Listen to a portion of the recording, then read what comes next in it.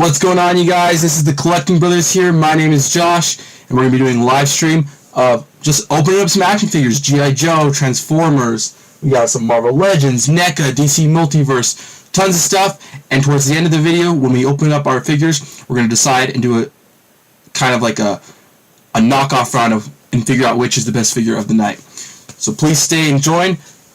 Help me figure out in the chat. Hello, Action Figure Avenue. How's it going, bro? Alright, we'll let Action Figure Avenue choose which figure we should open first. Do you want to see some Marvel Legends, NECA, DC Multiverse, some Transformers, G.I. Joe? What are you thinking? What are you thinking we should open first? Let's see. And I'm really excited because I have this new setup. So hopefully it will be a lot better because I'll be able to do a top-down video so to show the figure better, but also still you guys will still be able to see my face. I can switch up because I have two cameras set up now, so it should be awesome.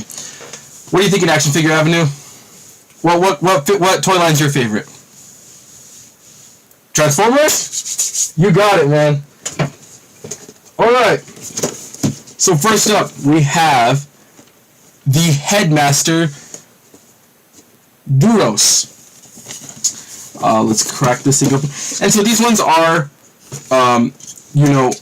in that retro style packaging. They're not the Studio Series or the, what's it called? Or the Siege or any of that like. And they come in this nice vintage style packaging, which I do enjoy. And here's the back of the artwork. Very pretty artwork. You got Megatron there. A bunch of different Headmaster. No, not Megatron, just a bunch of different Headmasters. There we go, there's the box. And the whole thing, why these are called,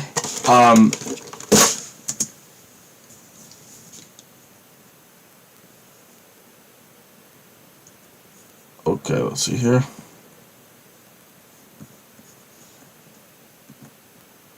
There we go. Yeah, and this is what I was talking about, where I have a new setup where I can show you the figures better. The reason why these are called Headmasters is because they come with these little guys.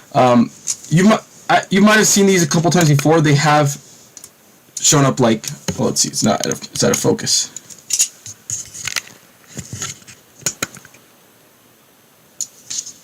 There we go.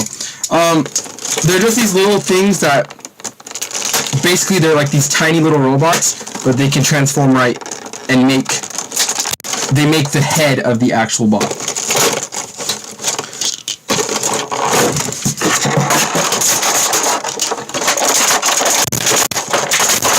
Yeah, the box is sick. Yeah, I do. Just like with everybody, I'm definitely a sucker for like nostalgia things, like retro packaging. Like, we're gonna open up this tonight as well. This G.I. Joe retro carded Walmart exclusive Crimson Guard figure. Just seeing that, this card back, it's just nice to see.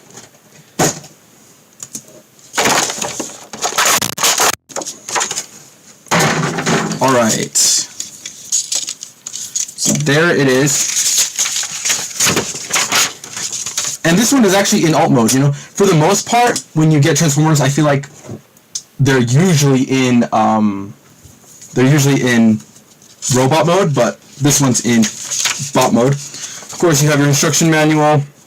So Duros, he has a tank mode, and here he has this nice translucent piece.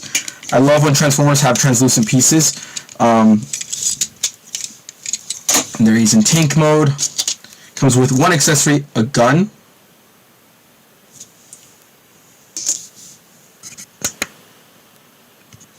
And of course, the whole thing behind these is this is the Headmaster, right? And the Headmaster actually is like a little dude. Let's see if you guys can see that better. There we go, it's focused now. Yeah, it's like a little guy, but the thing is, he transforms, you just fold his legs up, and actually his head acts as the peg to plug into the actual transformer. And so the headmaster, of course, that's why it's called a headmaster. He transforms into the bot's head, which I don't know. I actually do enjoy this. It's kind of fun just to get like a tiny little robot guy that transforms into the actual robot's head. And then he just clips in like there, like when he would be. Of course, you wouldn't want to have it in alt mode because he looks kind of funny. But in alt mode, I don't know if we'll have time to transform them because it takes quite a bit of time. Maybe we'll transform one tonight, but maybe not all four because I have more transformers to open. So there is Duros. Of course, we're just going to look at him in alt mode. Oh, am I speaking too loud? Maybe I'm speaking too loud for the audio. Maybe I'll talk a little bit softer. Is that better?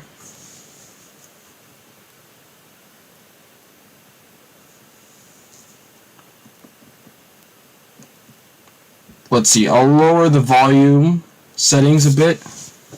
Let me know if that's better.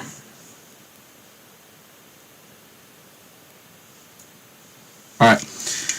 And he's definitely a good size to him. Like he's like your basic deluxe class transformer size. Nothing too large. He's like about 5 or 6 inches. And let's open another transformer.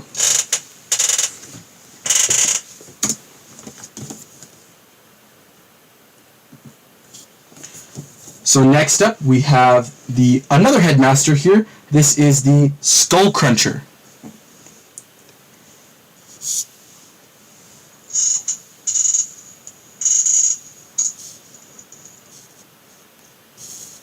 Let's see here.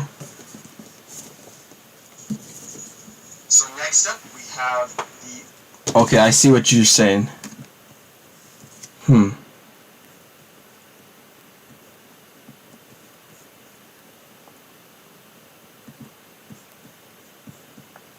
Let me see if I can fix the audio.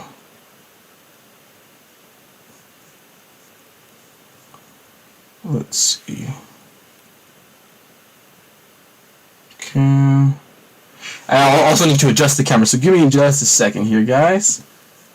There we go. We can enlarge ourselves. Okay, now I filled in the camera. Yeah, the dual camera setup is nice. I'm hoping it will be a lot nicer. I think it looks a lot better. That way you guys can see the figures better. But also, I can still talk to you guys back and forth. There we go. I filled it. I didn't know. I actually clicked my stream and now I can see that it wasn't filled in all the way. But now I have the frame filled up. No, you're good. Better to have it ready.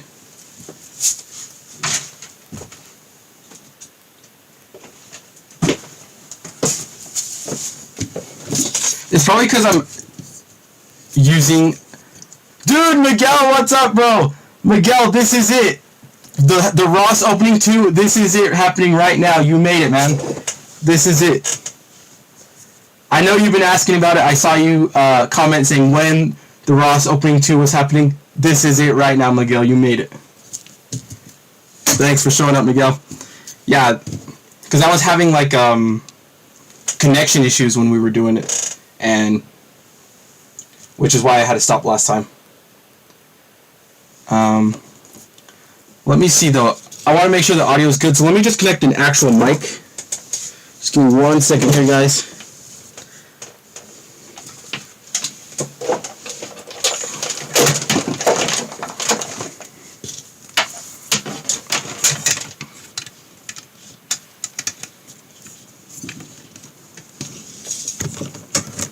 Hopefully this...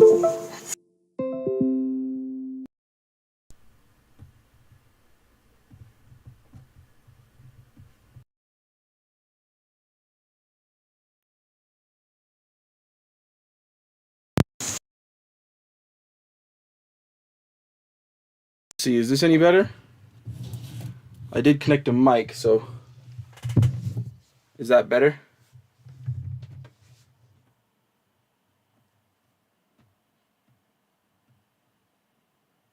Hello, hello, hello. I think, is that better? Let me know.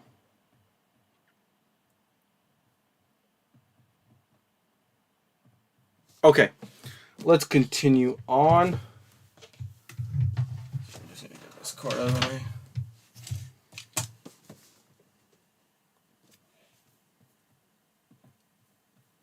Okay. Yeah, so the next up we have these Transformers Headmasters that I was able to find at Ross. You might be able to still find them, who knows, but this was about a month back I found them. So most likely they're probably gone, but at Ross there's still a ton of new stuff. They've been getting Multiverse, Marvel Legends, even Joe's, which is pretty rare to find at Ross. So next up here we have the Headmaster Skull Cruncher. And this guy looks amazing because his alt mode is like a crocodile. So let's take a look at him. And of course he comes in that nice retro packaging, which I do adore. It is a nice look. Especially, you know, of course I didn't grow up when these retro packagings were released. But, you know, just going to my local toy stores, and them just having those vintage collections, those vintage figures, it's cool to see. All right, so here is the top-down view of the figure. Let's get our handy knife and open this up. Okay, audio's perfect now. Yeah, I connected my mic, so I was running off the laptop mic. I thought it would be good enough, but yeah, now I'm running off an actual mic. Okay, we're ready to roll, guys. Okay, so as always, we get our warning, who cares, and then our instruction booklet, our sacred text. It looks like he is it's a 13-step process. That's not too high, but it still would take a good chunk of time, right? And let me know, how do you guys like displaying your Transformers toys? Because, like, for me personally, I like displaying them in bot mode for the most part, right? There are some Transformers that, like, the alt mode is really cool, but for the most part, I like them in robot mode. And then this is one of the few, I think, rare times. Oh, let's see, we're out of focus there. Let me get you guys back in focus.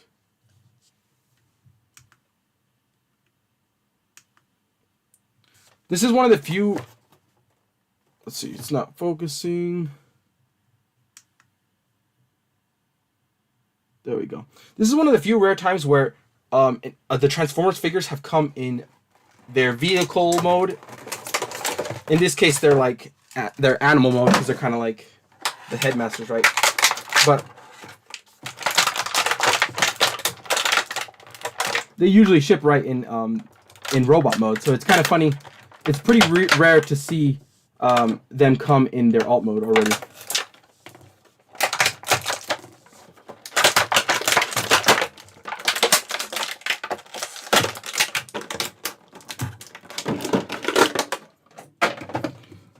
So yeah, here he is. We have him in his.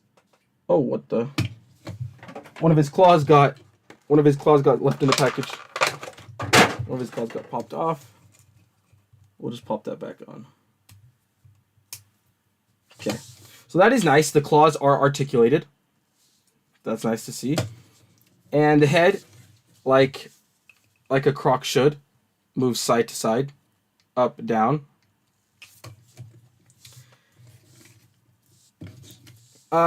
Back legs don't move. Arms can move up and down. There's his tail. We'll attach his tail. But yeah, it's pretty interesting to see them come in their alt modes and not their bot modes. For accessories, he comes with a blaster. Hey, welcome to the live, Lalo. How's it going, Lalo? And then, of course, the whole thing with these Headmasters, right? Let's see if this is better. The whole thing with the Headmasters is that they come with this little tiny bot. Let's see if I can open him up.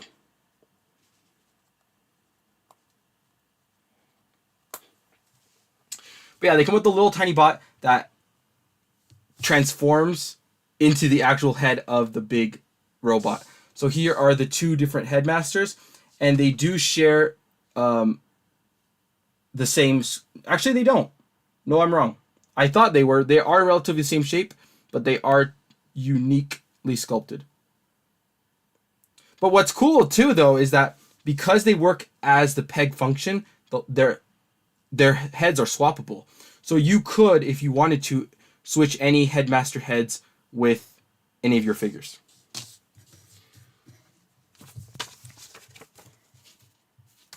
Alright, so there is Skull Crusher, and there is a comparison to Duros, the other headmaster we opened. So one is a tank. It's almost like a mini Megatron, right? Especially these, like this and this. That's kind of like how Megatron is. And then the Skull Crusher is just like a little crocodile. Alright, let's open up another Transformer. So next up here, we have another headmaster. So I was actually able to find 4 different headmasters, the entire set, the entire wave. So this one is the Weird Wolf headmaster. There's the front of the packaging. And it shares the same artwork as the previous two. And what I also like about these is that they have like stats for the character, kind of displaying their durability, their like intelligence, their firepower. That's just a neat little thing. I do appreciate that.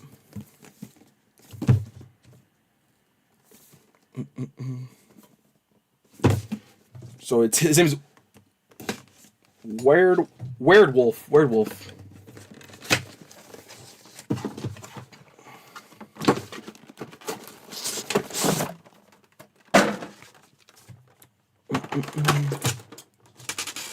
No, Miguel, you don't have to be quiet, man.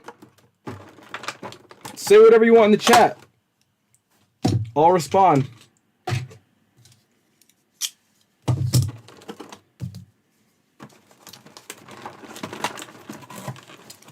So, definitely go watch, if you guys have not watched our breakdown of the Hasbro PulseCon. We did drop that episode today.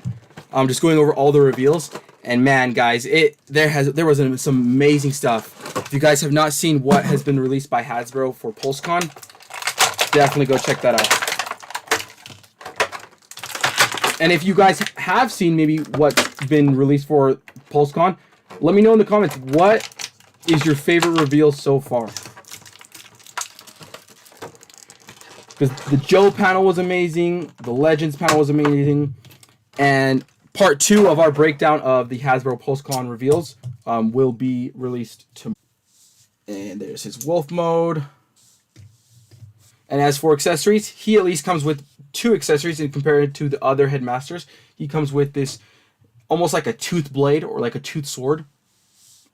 And then he also comes with this massive cannon.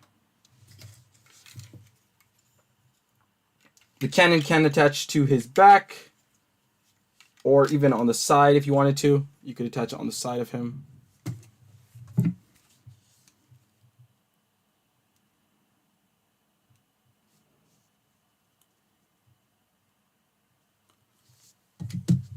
The Transformers United figures. Let's see. I don't know if I did. Who released them?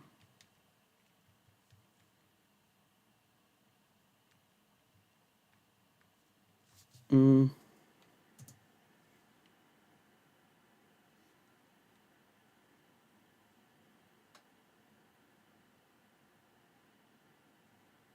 I didn't see it.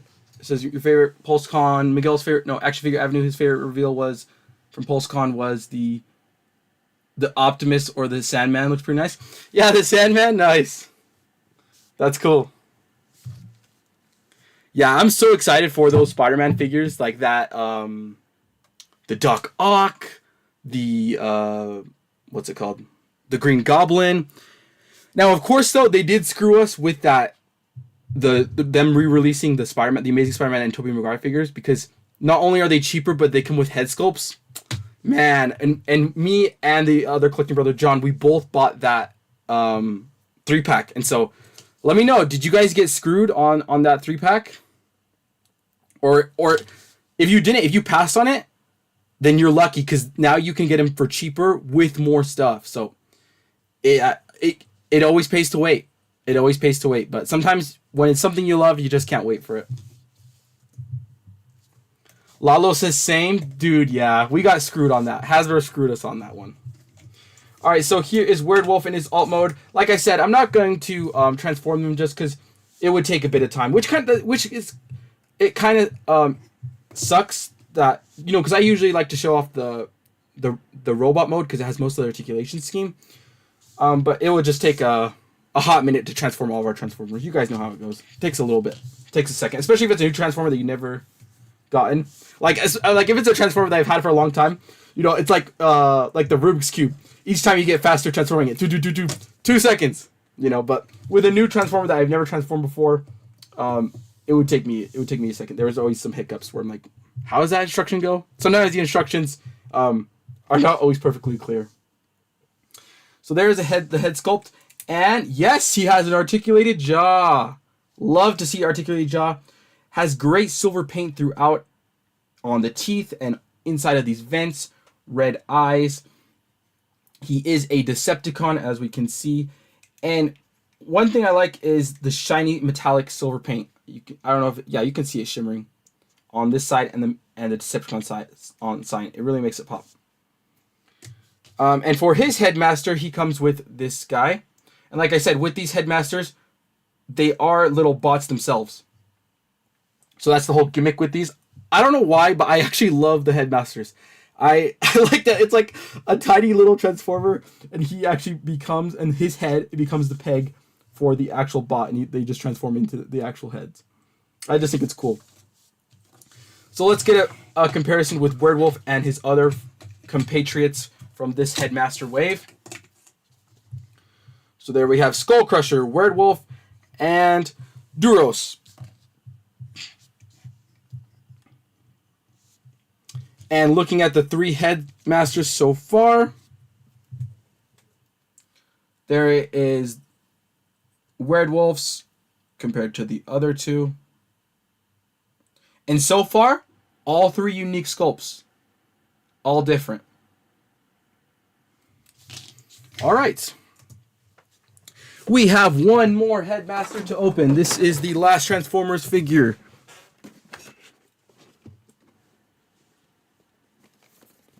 Right here, we have Highbrow. There's a shot at the box. And here is the back of the artwork. And like I mentioned before, it has all of Highbrow's stats, his durability, his fighting capabilities, his power. And of course, I like the window packaging that it displays and shows off the little headmaster. That's cool.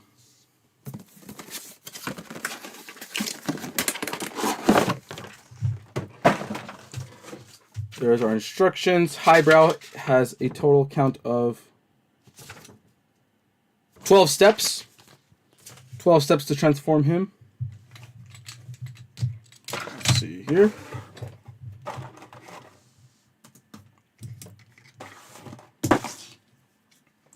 Alright, and Highbrow is like a futuristic helicopter, or like Apache here.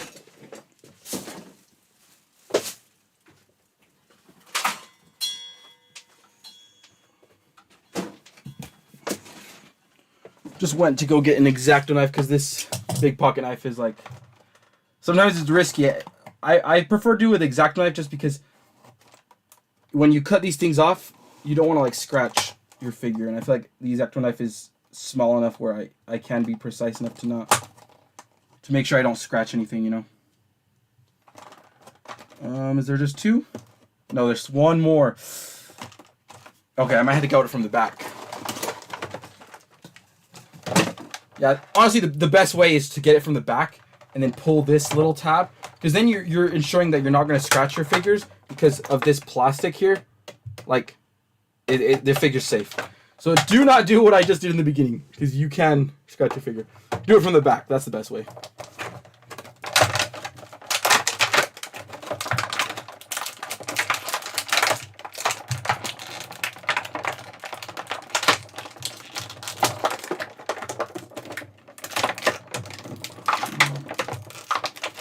Hey, Action Figure Avenue, could you tell me more about the Transformers United figures? I don't think I saw those. What were those? I did see though at my local Target they had the new video game War for Cybertron Megatron, which is really cool. I do like that video game. I rented it a couple times and played it when I was a kid, and just to get, I think, new versions of Megatron being Optimus is just always cool. So here is Highbrow in his alt mode, the propeller spin, which is really nice, and this one sucks, but this one spins really good. So I have one good spinner and one bad spinner. But man, this is a nice looking ship. Like, it looks really nice. Like, it would be fun around to play with. And I like this, that the tail has like this little propeller. It's not functional or anything, but it's just a nice little detail, almost like the Avengers helicarrier or something like that. And I love when they include translucent pieces.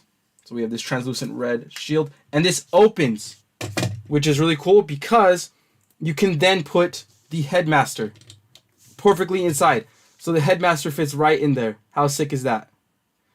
I think that is cool, man. Pop in the headmaster. He's ready to go in alt mode. Then when he transforms, of course, you transform. Pop out the vehicle transform, and then boom, he would transform into the head. And there is Highbrow's head sculpt. Now let's take a comparison with all 4 Headmaster head sculpts. And all 4 are unique. You know, I feel like, especially because 2 of the ones we looked at were Autobots and 2 were Decepticons. You would think that it might have been easy enough just to make 2 molds. One for the bad guys, one for the good guys. But they did not do that. They went all out and created 4 unique different head sculpts. Which ones is your guys' favorite? I think I like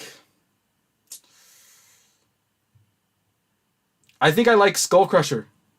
The alligator Skull Crusher figure. I think this is my favorite out of the 4. But Highbrow's is cool as well. So for accessories, Highbrow comes with dual miniguns. You gotta have the dual miniguns for like this, like a futuristic helicopter type figure. And you can just attach those to the bottom right here, like either at the end of the wings right here, and have them like this.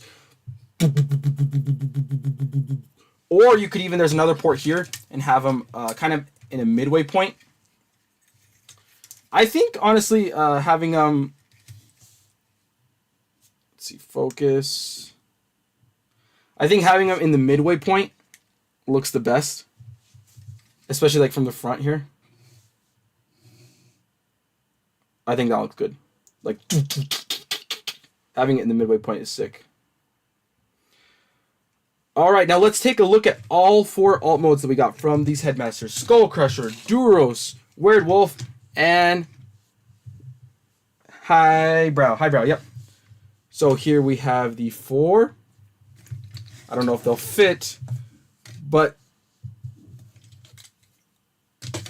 I think out of these 4, I think I like this futuristic chopper, man. This thing, the Highbrow alt mode is sick. Alright, that's going to do it for Transformers, guys. Let's move on. So next up, let's open...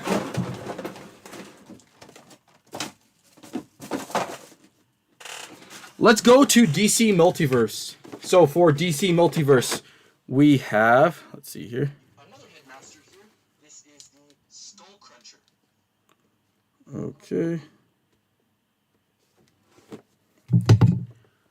DC Multiverse here, I have the Flash in the Batman costume. So this is the, the alternate universe Barry Allen. Oh, you like the old Junkman likes the old school Iron Man on the wall? Yeah, I have, let's see if I can show you guys. I have the old school Iron Man here, the carded Iron Man on card. And then this thing's pretty rare. I have the, and I'm not an inbox collector, but these are just one of the few figures that I kept on card. Especially just because I have so many other Spider-Man. This is the Walmart exclusive cell shaded Spider-Man. This one's pretty rare. And then hopefully that doesn't fall. I had it in a first spot. Okay, it's not gonna fall. And then I have this Black Series Force Ghost 3-pack there. Yeah. All right. Moving on to DC Multiverse. Welcome, Junkman. Glad you're here. Feel free to chat. I'll always respond. So here we have the Flash. Tell me what you guys thought about this movie. Did you guys like it or hate it? Put a heart if you like it. Put a skull if you didn't like it. Put emoji. Let's see what the crowd says. You guys like this movie or hated this movie? Me personally, I did enjoy this movie. I thought it was good. I thought it had good action scenes. Of course, there was the CGI thing. The CGI thing was unavoidable. It was bad. There's no way around it, you know. But I actually did get this from Amazon. It was like one of the damaged box, because like I'm an open box collector, so you can see the box is like really damaged, like it was squished and it's all beaten up. So you can get sometimes you can find some discounts if you're an open box collector and you don't really care about keeping your figures in their packaging. You haven't seen it yet, Junkman? I would recommend it. Check it out. It's on HBO Max now, if you have HBO Max. It was a good one. Even though it got a lot of hate, I thought it had a good story. Especially like if you're a fan of the Flashpoint storyline, then it's cool because it's basically a Flashpoint live action. So of course there is definitely a lot of changes from the Flashpoint story, but it's still very reminiscent of it. All right. So here we have Barry Allen. Whoa.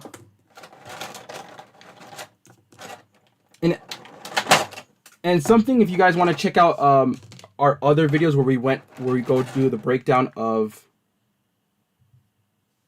the new reveals, is that it seems like Todd and DC Multiverse and McFarlane Toys as whole, it looks like they're increasing their price to $25. Which, it makes sense, but it is kind of sad just because they were still holding the fort on these $20 price point figures.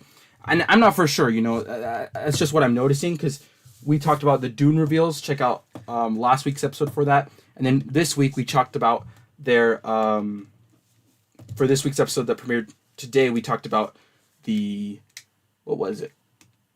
Oh, the Spawn figures. So his Spawn figures now are $25. And they're not like the BAF ones, because previously if it had a BAF then he would charge $25. These figures are BAF-less, but still $25 a price point. The only thing that he's adding is like a little intricate base. And it makes sense though, because Todd does so many intricate molds and it's just hard for him to keep that price point. All right, so as always we get our card. That's some nice art there. We got some decent art there. And on the back we have Flash in the Batman costume. Of course, we get our DC Multiverse stand. And for effects, we get some lightnings for his forearms and some lightning effects for his calves. And these attach fairly well, I would say. It's not crazy well, but they attach at least. And it's just like a soft plastic that you can just attach like that on the ankle. Keaton Batman goes off in it. Yeah, he definitely does. He does. And the way they used like all of his repertoire, I think, like from the Batwing to his batarangs and his grappling hook, I thought they used his whole kit very well. And it was all like his kit was highlighted, I thought, throughout the movie in very good spots. And his hand-to-hand combat, man. All right, so here is the figure. And overall, I think it has great proportions. Let's see now how it moves. So head can move. You can get that funny scene because he is wearing that Batman cowl. So there's actually not much like tilt, which is actually good because that makes sense to the movie because he's wearing the Batman cowl and it's hard to turn his head in there. Can't go back at all, which doesn't bother me because that's accurate. It actually can go kind of forward, but that doesn't bother me either because that's how movie is. Double elbows.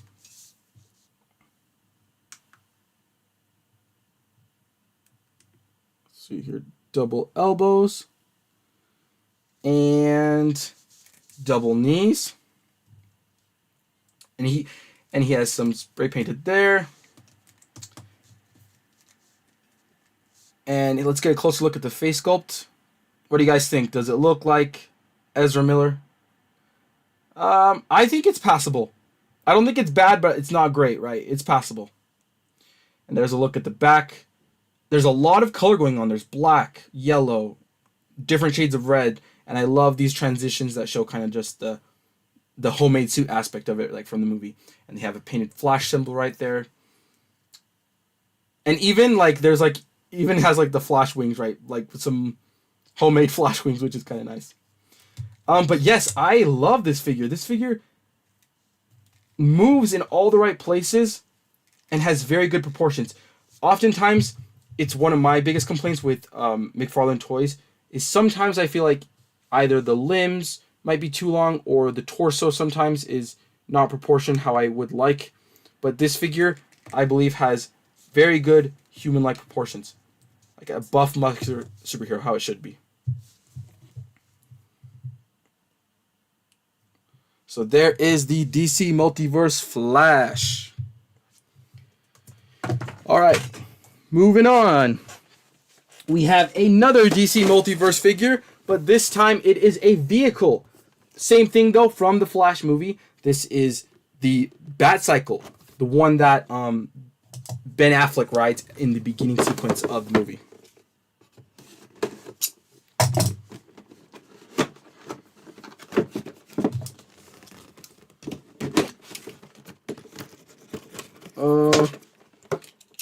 And I believe, yeah, I got this at Target. Box is crushed to heck, though. There's the back. We have more of that kind of movie artwork there.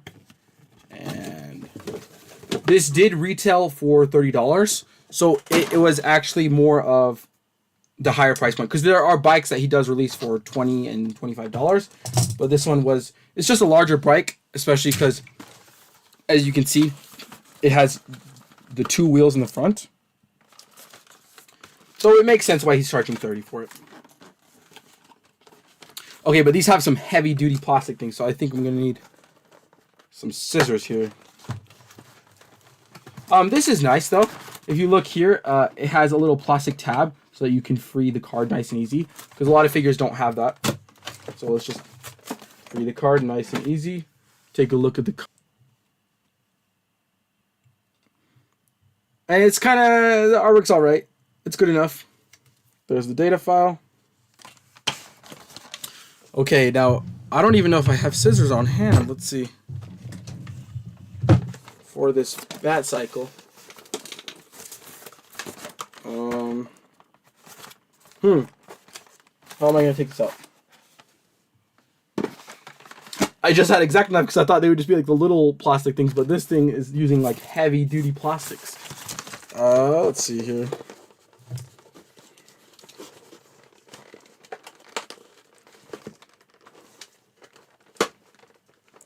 There we go, we can cut it.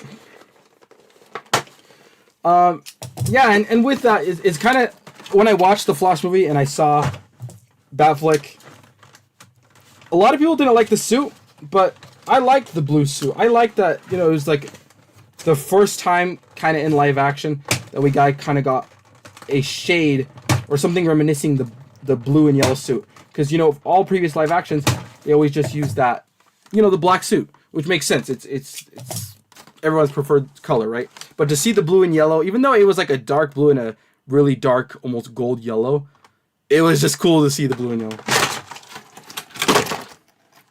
Okay. Here is the Batcycle. Just taking out those plastic things. Oh, they're really tied up in there. There we go. So Batcycle here. And it's a good size. Like, it's a big bike. In the movie, it's a big bike. It's almost like a tank bike. And I love that these wheels spin, and there's two. They do spin together, so you only need to go on one side and it spins on both sides. Steering, it moves slightly, not much. Back wheel, of course, spins, and that is it for, I think, all the moving parts on this thing. It does have some nice guns in the front. One thing, let's see. Yeah, it has no accessories, and I think, let's see, does this open up? Does this open up like in the movie? Yeah, see that, I know maybe it would have been too more, it would have made the things go up more, but in the movie, you know, when he's getting shot at, and he like, this part like lifts up his flaps, and he gets like a shield. That would have been a nice thing, especially because it would only require a hinge, not much articulation. So I kind of wish Todd would have added that, just a hinge flap, so that he could pop the shield. Would have been nice. But overall, this is a nice bike, man. It has a dirty black wash, so it's not just the plastic. There is some added paint, and the seat has this very nice leather texture. I do not have that Batfleck figure yet, but let's just see how Barry Allen looks on it. Barry Allen, though, does not have he does not have hands. He comes with fists, and he, you know, it's more laying down on it. Like Batman was more laying down on it than actually sitting up, so that he was undercover.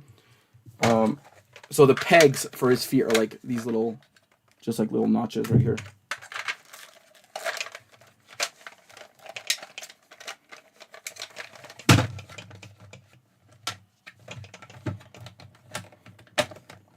Okay, it's not going to be great though, because he does not have like hands to grip the handlebars. But this is how it might look with any Batman, right? You could fudge this with any Batman and it would look good. And I do think it's an appropriate size. If you look at the Flash, this looks like a bike that any DC multiverse could fit on, and it would look great riding on. Overall, I think this is one of the best DC Multiverse bat cycles that they have released so far. And you know that's what comes with when they make it that $5 or $10 extra compared to the other bat cycles that are like 20 or 25. You get a better, beefier, bigger bat cycle. There's another look at it. Would look great with a Cyberpunk figure. Yeah, you're right. Like with a Johnny Silverhand. Oh my gosh, where's my Johnny Silverhand? This is like a futuristic bike. That would look nice. I don't know where my Johnny Silverhand is, but I'll have to do that later. That's a great idea. All right. Keeping on with the Flash theme, sorry. I have one more Flash figure. DC Multiverse. We have Supergirl from the Flash. Sasha Cayley here. Here's the front. And the back of it, there we have the art.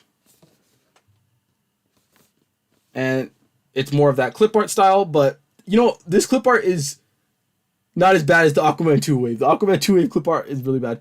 And it kind of looks like Sasha Cayley. And we're going to get into this figure because look at it for a second. The likeness. Which does suck because I actually really liked the performance of Supergirl and just the character. I liked how they used Supergirl in the movie. I thought it was really good. This is nice though. I like when Todd includes the flight stands instead of just the regular stand. And you know, it doesn't increase the price or anything. It's just a throw-in.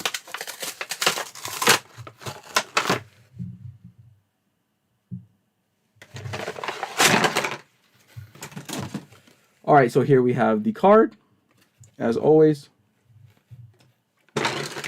And your basic DC Multiverse flight stand just slots in like this. Hinge there.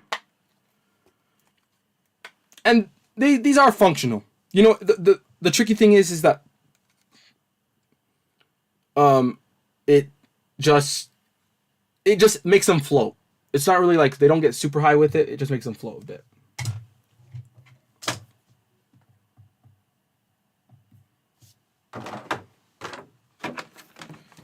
Yeah, I did. It was I got this Supergirl relatively cheap. I think it was like $10. I got it off Amazon, and it was once again the same thing where it was like a damaged box. So I'm an open box collector, so I don't mind it.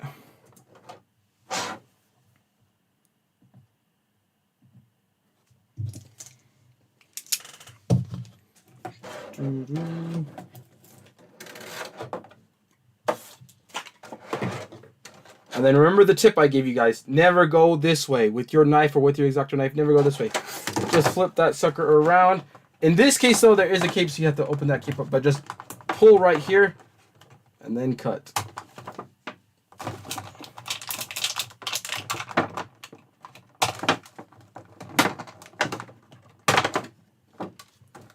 One more at the hand. Yeah, and let's see. We'll talk about it when we open it here. Now, this is always the tricky thing, is that when they do this with the tray and they put the plastic in, the plastic tray, of course, gets heated over the figure before it actually, like, is in, like, the plastic tray is heated over the figure. Because this cape cannot actually fit through this hole without damaging it, right? So you need to always, and I learned this the hard way, don't try to force it out. Just get whatever you have, your X-Acto knife, your knife, and just cut the plastic. But be careful not to damage the figure. X-Acto knife works best because it's skinny, small, and it's precise. But yeah, you're going to need to cut it. And this happens with Legends too, like Legends figures especially. Just, I would recommend, don't be lazy. Don't be lazy because you're paying good money for these figures and you don't want to damage the cape. Because what happens is this plastic, it becomes really sharp and it will cut the edges when you're trying to pull out the cape.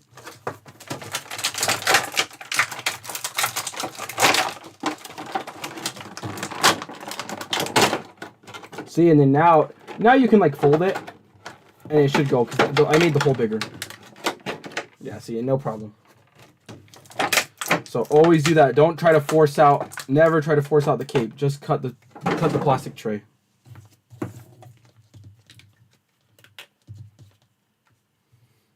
Okay, let's get the first thing out of the way. The biggest thing I think is the face sculpt. So look at that face sculpt. You guys tell me, does that look like Sasha Cayley from Supergirl? Kinda. I give it like a 4 out of 10. So it's more on the bad side than the good side. But I'll give them this. It might be that Sasha Cayley has one of those faces that's just hard to represent in an action figure form. Because even at the 1/6 scale, the Hot Toys figure, go search Hot Toys Supergirl, and it's atrocious. It's one of the worst Hot Toys head sculpts I've ever seen. So yeah, I think she just has one of those hard to sculpt faces. Sometimes that happens. Like it's a thing with Mark Hamill, right? Mark Hamill, he has one of those faces where it's hard to get through in action figure form. And even harder for Todd as he's doing it in 1/12. And if Hot Toys can't even do it at 1/6, that's saying something, right? If Hot Toys can't execute it, we can't expect much, right? So look at this. Here is the Hot Toys Supergirl. Like, what the heck? That's not Sasha Cayley. That's just like some weird person. Like, it's like an unknown person. Like, who is that? Who the heck is that, guys? Yeah, so I think it's just one of those things where she just got one of those faces.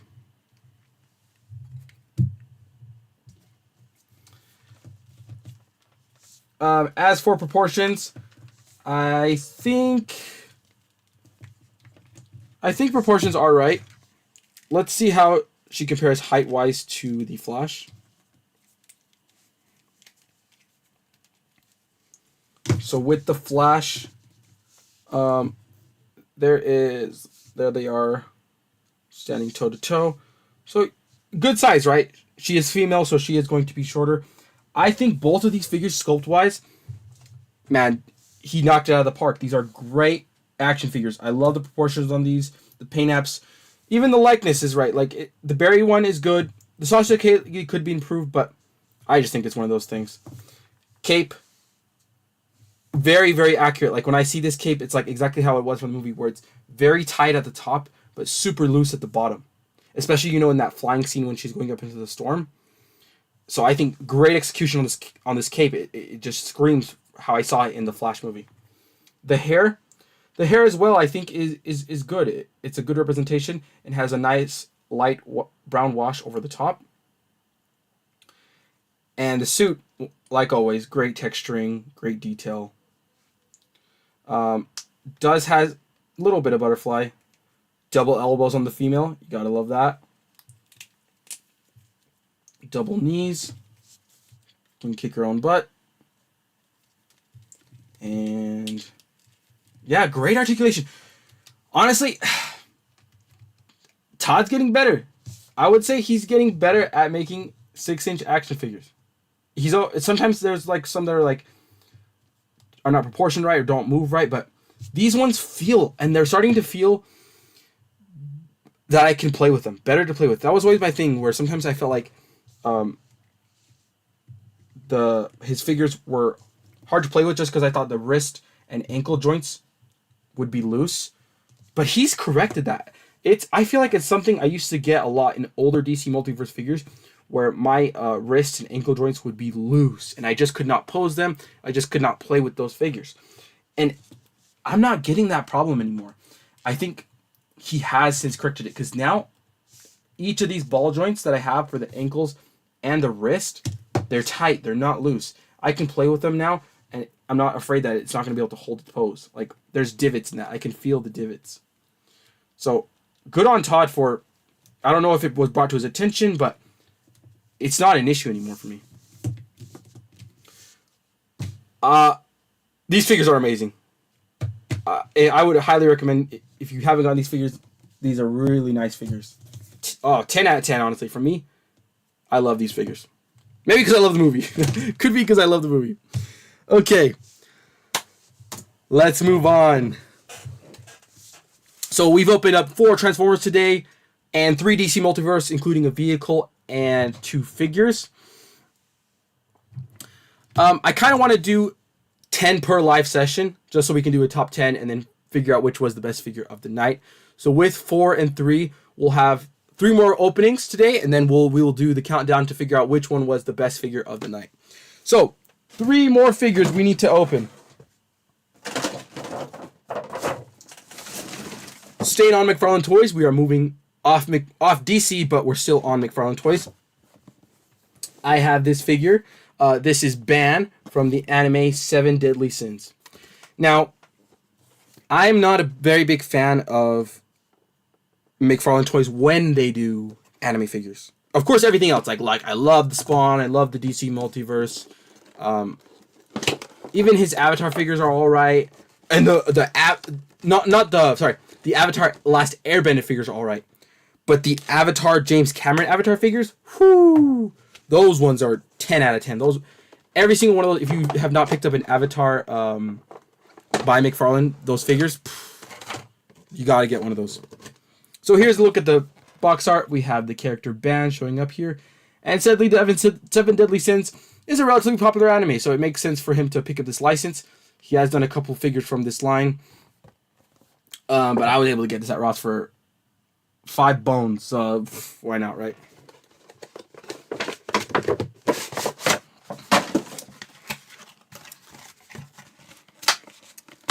I have watched, I think, the first 3 episodes of this anime. It was good from what I saw. I have not finished yet. I need to get back on it. But for the first 3 episodes that I did see, it was good enough. And I've heard good things about it as well. So that's kind of why I started it a while back. I started it so long ago, and I just never kind of forgot about it, never picked it back up again. But it was good from what I saw. So you get your DC Multiverse stand with 7 Deadly Sins logo. Let's see. What is your guys' favorite anime? My favorite anime, personally, it's got to be Naruto. Naruto, hands down, is the best anime. Of course, there is a bunch of fillers, but there's lists where you can skip those fillers. Second favorite anime, though, I gotta go Attack on Titan. Attack on Titan would have to be my second favorite anime of all time. So here we have Ban from Seven Deadly Sins. And like I said, I'm very weary when McFarlane does anime figures. I'm very weary. They usually do not come outright. The faces are usually very weird. But I'm happy to say that the face sculpt on this is very good. That looks like Ban from the anime. And the proportions are right. And it's not very wonky. Compared to, oh my gosh, the atrocity that he did with the Attack on Titan. And even some of the My Hero Academia and Demon Slayer figures. Not all of them. But for sure, all of the Attack on Titan figures that he did, the face sculpts were just atrocious. Now, with this one, it looks very nice. Another thing I have an issue with, and this is not his fault, this is just that he does 7-inch figures. I would have liked, because most anime figures are imports. They are either SH Figuarts or they are Figma. And when it's SH Figuarts or Figma, they usually run 5.5 inches. They're like a half inch shorter than your classic Black Series or Marvel Legend. And so with Todd doing a 7-inch figure for an anime line, it just looks wrong in your anime display. At least me personally, when I display my Figuarts and Figmas, they look great together. It's not a problem. But when I want to put this, let's say I want to put this Ban 7 Deadly Sins figure in my anime display, it's just not going to look right. Because look here, this is a 6-inch Black Series Phase 1 Clone Trooper. And he's 6-inch, whereas anime figures all get one here. So just look at the size, right? And this Ban is a very tall character. But let's just get a Figma here. So here I have Motoko from Ghost in the Shell. This is a Figma. And she's a female, so maybe this is not the best choice. Let me get a male figure. I'll get a male figure to compare it to. That'll be better, because it's hard to judge when it's a female. So here I'll get the SH Figuarts Sasuke. And like I said, Ban is a tall character. He is a tall character, but the height disparity is just hard to display. And I like to do, anime display, Marvel display, Star Wars display. So it's just hard for me because I want to display it with the anime figures, but it's just not going to work. I'll probably have to display him with my McFarlane toys.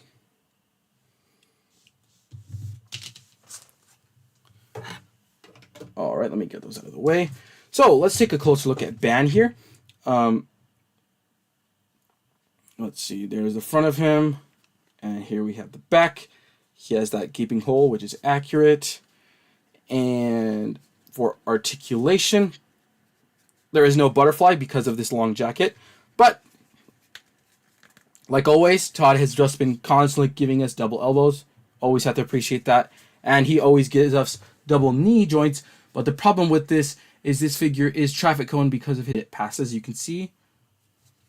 Overall, Todd always knocks out of the park with the detail. And like I said, the face sculpt on this guy is right. It's working for me. And that's something I think very rare with McFarlane anime figures. Whereas this one, he got it. He nailed it. As for accessories, he comes with his nunchucks. And those do fit in his hand. Let's see. Yep, they fit nice in his hand. Like so.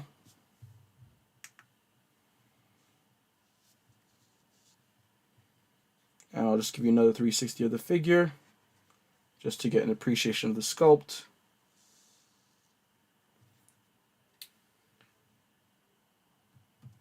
Alright, so there was Ban. Moving on from DC Multiverse, we have 2 more figures to open. And it is going to be a G.I. Joe Retro card, the Crimson Guard. This was a Walmart exclusive, so you know me, I'm big on sales. Couldn't get this as an exclusive, so had to pay the full price. Luckily though, that this was pre-ordered so long ago that I believe I pre-ordered this for only $23. But it's coming just now. It came like a month ago. But it's kind of funny to be like, I'm getting a figure for $23, which was like the old inflated price point, because now we're at 25, right? But it's kind of funny. So, card ruin. Sorry, guys. I know that hurts some people because carded figures you kind of want to keep on card, but I don't care. This is garbage. And here we have the back. Nice vintage card back. They have the Retro Snake Eyes, Retro Zartan, Retro Crimson Guard, and Retro Storm Shadow. I did pre-order all of these. Oh no, all of them except the Snake Eyes. Just because the Snake Eyes is so similar to the Snake Eyes and Timber 2-pack, I couldn't justify it. Whereas the Storm Shadow, the Retro Storm Shadow and the Retro Zartan are very different. I feel like the color schemes and even some of the sculpt, it was different enough for me to want to pre-order those two. And especially now with the Hasbro PulseCon reveals, which if you haven't checked out our episode, go do so. We did the full breakdown of the PulseCon. That they're continuing this retro carded line with the Scarlet and the Duke. So to get just a confirmation that they're going to continue it, it always kind of makes you want to go back and get them. I'm not going to get the Snake Eyes, but it'll be cool to have these retro, true to the original colors of how they were when they first came out on those original toys with those card backs. It's just cool to see the colors match up to the artwork. And as always, I am not very attached to G.I. Joe. I'm more of a Star Wars Marvel guy. But the G.I. Joe figures, just from an action figure standpoint, are some of the best figures. I think they have the best value, and they're just fun figures to have. So he comes with this backpack here. Attaches to the back here. Here's a closer look at the Crimson Guard. Nice shiny metallic paint all throughout the face and decoed all over, even on the forearms, and even look at reflects, which is nice.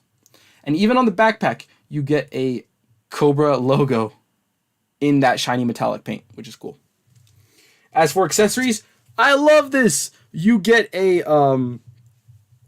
retro display. The retro figures used to come with this little square stand, and it's cool that these come with those. And same thing with the new Hasbro PulseCon released Scarlet and Duke. They're continuing these little square displays. I like that. That's cool. As for accessories, he's going to come with this huge rifle with bayonet. That is really cool.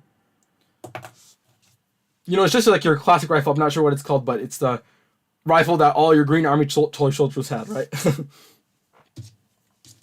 And he comes with almost like this officer type sword, right? It's got that hand guard, and it's more of an officer type, more of an elegant weapon, more of, so like I would say, more a ceremonial weapon than that they would actually not really use. You know, in my headcanon. He does come with this dagger. And lastly, he comes with just this basic pistol. So, a good amount of accessories. You get a sword, 2 guns, and a dagger. Pistol lock clocks in there. Dagger sheaths in on this side. And yeah, it's always fun to see how you can put everything on there, because every G.I. Joe figure, you should be able to put all accessories that come with it back on the figure. And this sword we can put on the side of his backpack. And then there is a clip for the gun that can clip there. So there it is. You even have room for another thing that he can be holding. All 4 accessories clip onto this figure very nicely. Let's get a 360 look of him up close.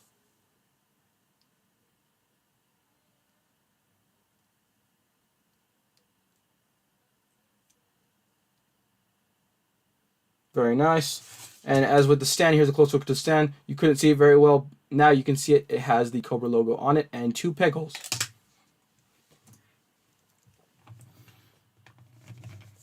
And I feel like these stands work very well. To be honest, I do not like the McFarlane toy stands just because it only pegs 1 foot. Yes, it allows for more posability because only 1 foot is stuck.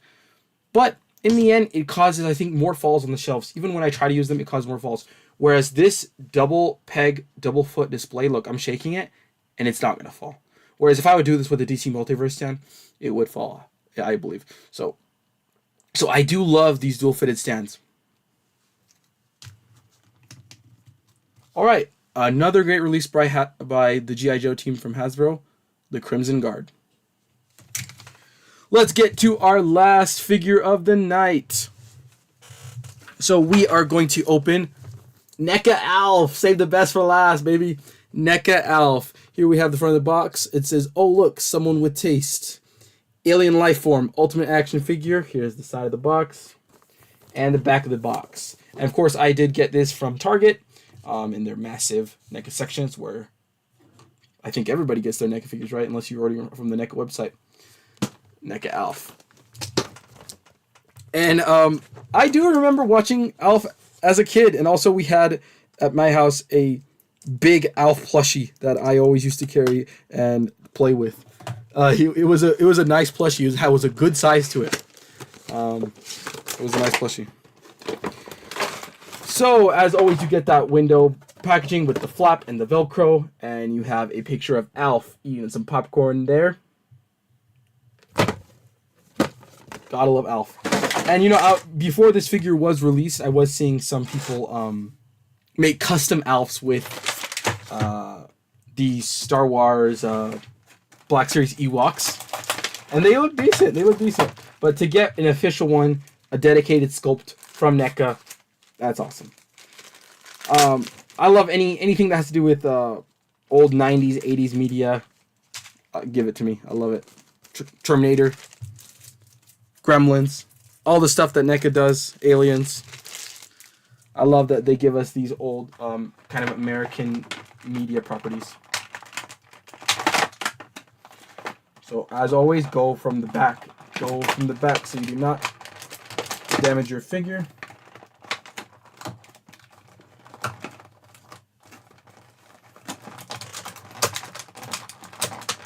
It makes me want to go watch an episode of Alf now on YouTube or something. I can't grab this one.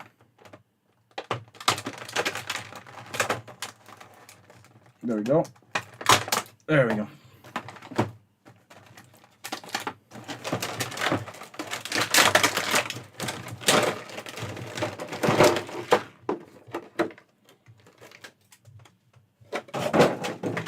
Okay. Now, as always, I'm always very careful when I open a NECA figure. You do not want to move it, so I won't be moving it too much and showing off the articulation too much, just because I've had very bad experiences with other NECA figures, specifically Aliens, and even some of the Predator figures, where they break.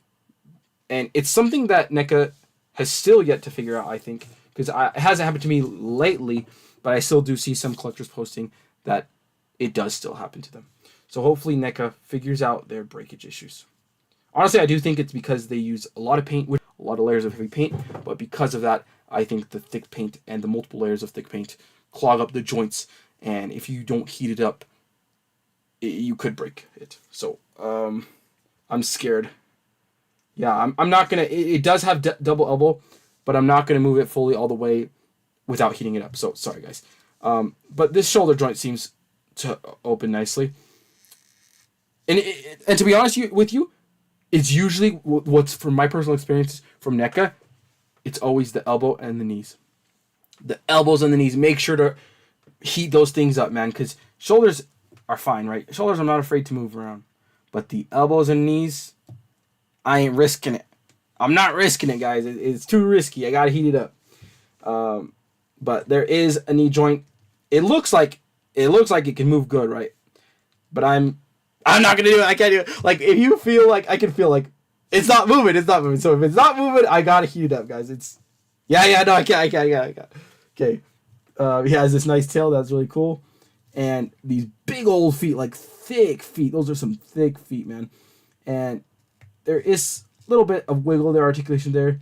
And for the torso, he can wobble, baby, wobble, baby, wobble, baby, wobble. And not much crunch, but he can crunch back far. Look at that. You can get huge pot belly out. You can even get to the gap. Frontwards, though, it's not much. He can get far back, though. The sculpt, the washes, phenomenal.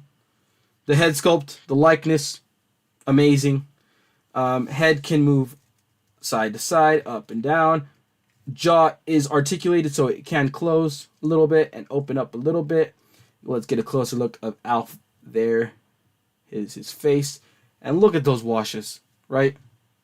NECA does such a good job. Look at the ear, the likeness. It's all there, right? All the boxes are checked. You just got to make sure you heat it up. And then, not always, as always, I mean, NECA always comes loaded. And I mean loaded with accessories. That's what you get with a deluxe figure. And these are such great accessories. I love getting accessories that can be used across multiple lines, right? Just things that can build environments for your diodes and that you can use. So, look at this. A popcorn bowl. This reminds me of like when I used to steal my sister's Barbie accessories and use them for my own action figure accessories, right? Because they were kind of relatively within the same scale. And I remember I stole a popcorn like this bucket accessory from my sister's Barbie set, and I would play with it. So it's cool to get like a 1/6, even though they are 7 inches, right? It's a 7-inch scale figure, but hey, they just got a really big bowl, right? They got a big Tupperware bowl, and so you can have, you can now have your clones chilling watching TV with a bowl of popcorn. Like, how cool is that? And then this one is a little bit harder to fudge because it is a soda can, so it has a specific size. But you guys tell me what you think. Here it is compared to a G.I. Joe figure. It's slightly a little bit big, but you can fudge it. You can fudge it, right? Definitely fudge with your DC figures, though. So this will work great with DC figures. Any McFarlane figures, really. And then we get this. What the heck? A cat sub? So we get this awesome looking cat sub. And the detail is off the charts. The paint is off the charts on these accessories. Look at that wash. This looks like a loaf of bread. And he's on a plate. And look at the detail on the cat. Awesome accessories. Then he comes with his microphone. You gotta have Alf and his microphone box. And look at that. There is a plastic reflective piece on there. So look, it reflects. The detail on this, man. It looks like a shrunken down version of this microphone from the show. Look at that back plate. There's bolts, rivets, buttons, plugs, everything. No detail missed. Look at that vent. Just a great job. And this, of course, is a rubbery, bendy plastic. It's not a bendy wire, but it is a bendy plastic. So definitely store this in a nice and cool, dry place, or else it will degrade. Same thing with this. It's nice rubbery plastic. Head microphone. There's a closer look at it. Phenomenal accessories. Then we have this bag of food. Great wash, great detail. And we have some shades, man. Let's get Alf, put some shades on Alf.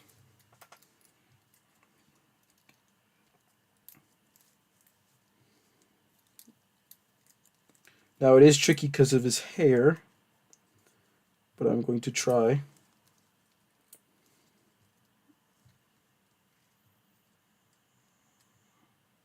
Okay, it's kind of crooked, but I'll have to do it a little bit later because it's hard to do with his little swooshy hair part, and I don't want to break it because this does seem very fragile. These little the glasses, just like how all real life glasses are, these do seem fragile.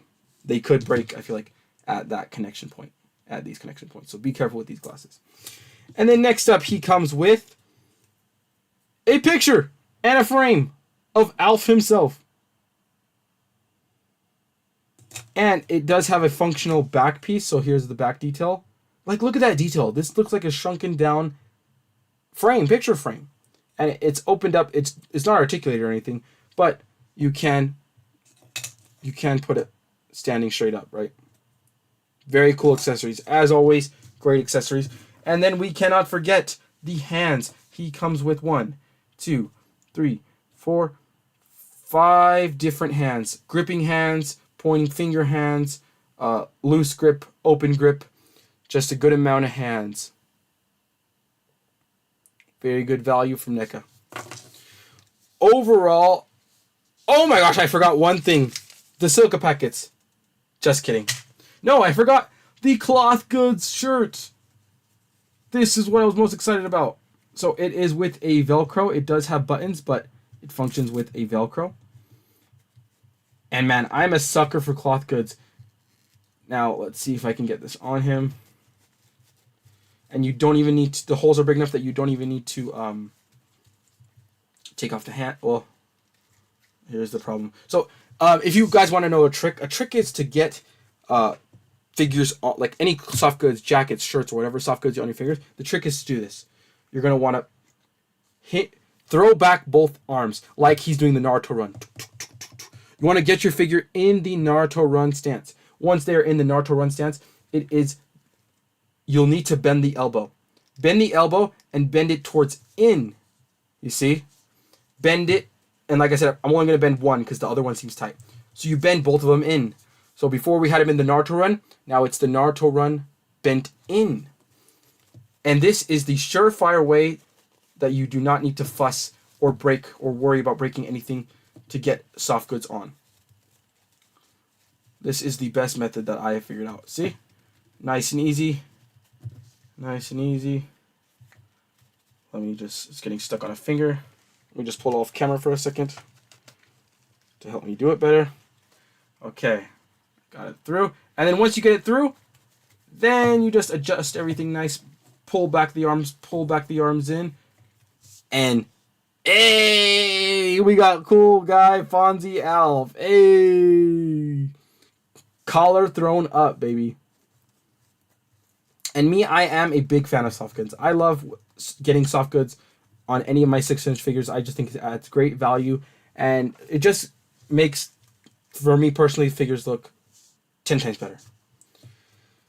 So here he is with closed shirt. And look at that Alf. That is a cool looking Alf with this shirt. Awesome job by NECA. Great job. There's nothing to complain about. I love the accessories, the paint, the sculpt, the likeness. This is a 10 out of 10 figure. Alright guys, that's going to do it. Thank you for watching. We have opened our 10 figures up. Now time for the best part. We are going to go through the 10 figures that we opened and figure out a winner. So let's figure out a winner of the night.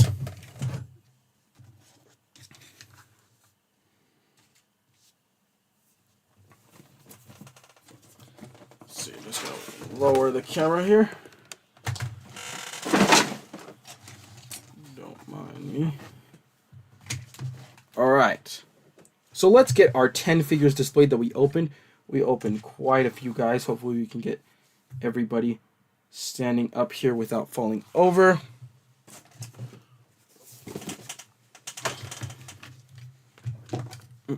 Let's get best to worst. So we did open up a G.I. Joe Crimson Guard. We opened up a NECA figure, the NECA Alf. Let's see if he will stand for us.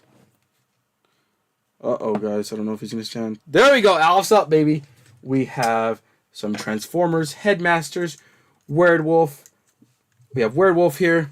Let's get Werewolf in there. Let's put him right here. Werewolf. Highbrow. Let's put Highbrow back here. We have Skull Crusher in his croc form. We have... And lastly, we have Duros. Let's see if we can get Duros in frame. Okay, there we go. And then we opened some DC Multiverse. Let's see if we can actually use the stands that they gave us to help us.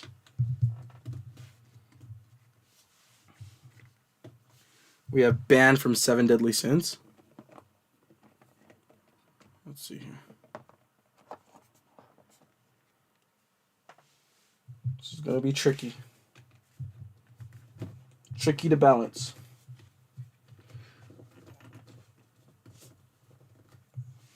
There we go. Got him on the stand. We're using the stands. The stands will save us. Come on, stand, save us.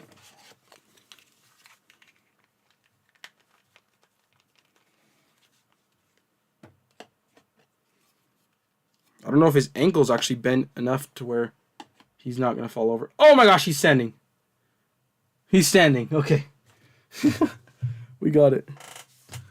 Okay, and then we did have the Bat Cycle. And we opened up Mr. Flash here, Barry Allen himself. Let's see if I can get him to stand. And we opened up Supergirl. Supergirl is going to be tough to stand. I'm going to need the stand. Okay.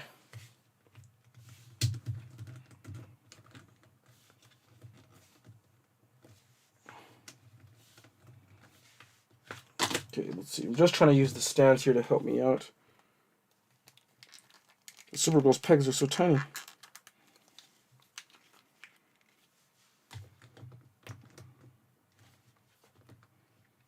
Okay, then we have Supergirl.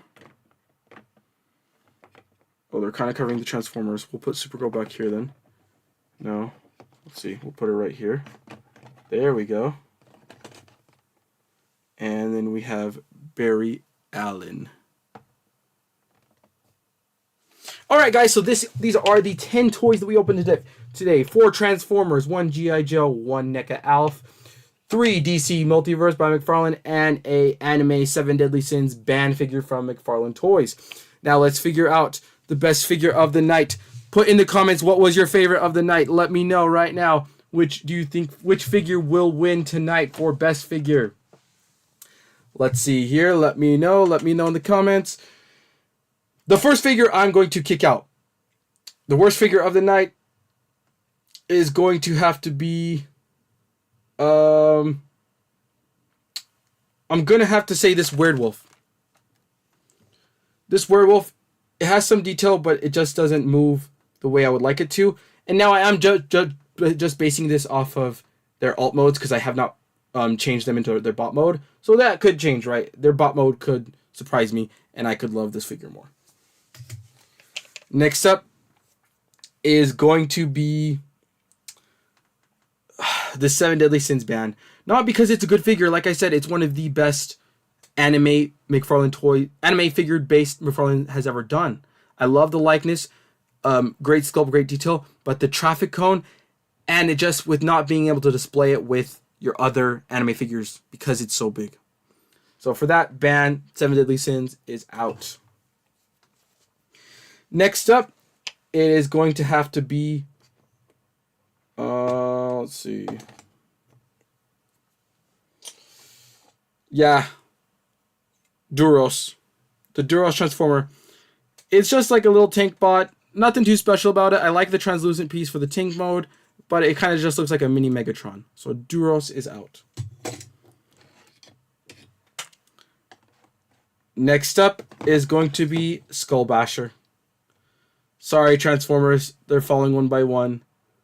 While it is a neat crocodile, it's nothing that wowed me, right? There's some better Transformers out there.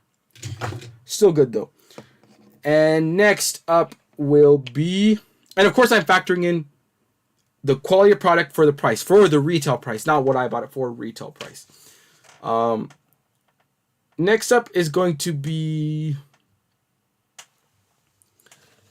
The G.I. Joe Crimson Guard. While I do like it, it actually came with only 4 accessories, and that's a little light, I feel like, for Joe's. Maybe I'm just expecting too much, because that's actually a lot of accessories if you think about it. 4 accessories plus a backpack. And I love the stand, though, but it's just a trooper, so it's not that interesting to look at, I think, because it's just a basic trooper. And it's reusing a lot of parts, except for the head sculpt, right? The head sculpt is new, but it's not a named character, so for that reason, G.I. Joe Crimson Guard is out. Next up, we have our top 5. Top 5, we have Alf, Highbrow, Supergirl, and Flash, and the Bat Cycle. Next up, the last Transformer, Highbrow. This was the best Transformer. I love this alt mode. Of course, I'm just basing on alt modes. I love this futuristic kind of helicopter, and one thing I love about it is that the propellers actually spin, which is a nice detail. Overall, it's a really cool alt mode, but it is not better than these figures. We have our top 4. Todd is heavy here. The Flash is taking over. We have 3 Flash DC multi-figures. Alf. Can Alf destroy them all? Let's see. Next up, basing price and everything. I think I'm going to kick out the Flash. I like the likeness. I like the proportions. The paint is great. Honestly, there's nothing to complain about with this figure. I would highly recommend this figure. I think this figure is a 10 out of 10. These figures are just better, but phenomenal job. I thought he did a great job on these movie figures. Executed perfectly. Highly recommend. The next one that's going to be out is, sad to say, let's see, the Sasha Calle Supergirl. And like I said, I don't blame Todd for this, but the likeness is just not there. Like I said, Hot Toys could not even do it either, but she just has one of those faces, and the face sculpt does not look like her. But everything else is flawless. Like, everything else is a 10 out of 10. Like I mentioned, the cape, I love how narrow it is at the top and flowing it is at the bottom, just like the movie. The sculptural detail, the proportions, everything on this figure is a 10 out of 10, except for the likeness. It's just not there. Duking it out, Alf and the Bat Cycle. I was highly impressed with this Bat Cycle. Even at $30, it is a beefy Bat Cycle. I love the dual tires in the front, and in the movie, it was so cool. It went boom, boom, boom, and Alf, crap ton of accessories. This is a $35 figure, so these are about the same price point, so it's very comparable. This thing comes with no accessories. Alf comes loaded with accessories, perfect likeness, perfect sculpt, perfect paint, and the cloth goods shirt. I have nothing to complain about with Alf, but when we looked at this Bat Cycle, there was one thing to complain about. I thought the shields that appeared in the movie, that this should have flipped open like in the movie. It wouldn't be very inexpensive. It's only a hinge joint. Just add a hinge joint to this plastic piece so that we can lift it up and recreate like from the movie when Batman was riding and he was blocking the bullets and lifted up the shields. If it had that, it would have been the best figure of the night. But because it's missing that key detail that I just feel like was obvious and could have been done cheaply because it's just a hinge joint, the Bat Cycle is out. And John is correct. The NECA Alf takes it. The NECA Alf takes it because the cloth goods shirt, I can't get enough of this shirt. And the execution, everything, the detail, phenomenal. The accessories, especially, I think the best accessory is his microphone. This is so highly detailed. Like, it looks like a shrunken down version of a real life microphone recorder, right? Phenomenal accessories that can work across all your lines. Add accessories to your arsenals to build your displays, to build your diodes. So it's a multi-purpose accessories. NECA Alf takes it, guys. Thank you guys for watching. That's a ham radio? Yeah, man, this thing is sick. The ham radio when he's doing his show, right? When he's doing his show. Now I remember when he's doing his show. Thank you guys. I'm gonna do this again, I think on Monday or Tuesday. But for sure again this week. Drop a like, drop a subscribe, and be sure to check out our other videos. We do breakdowns of all the weekly toy news and round up all the news for you so you don't have to search online and you can listen to us in the background and be up to date. And don't miss any exclusives. Let us help you get exclusives and make sure that you don't miss any figure that you want to get. Thank you for tuning in. This has been the Collecting Brothers. Keep collecting, guys. Keep playing. And may the action figure God smile upon you. Peace!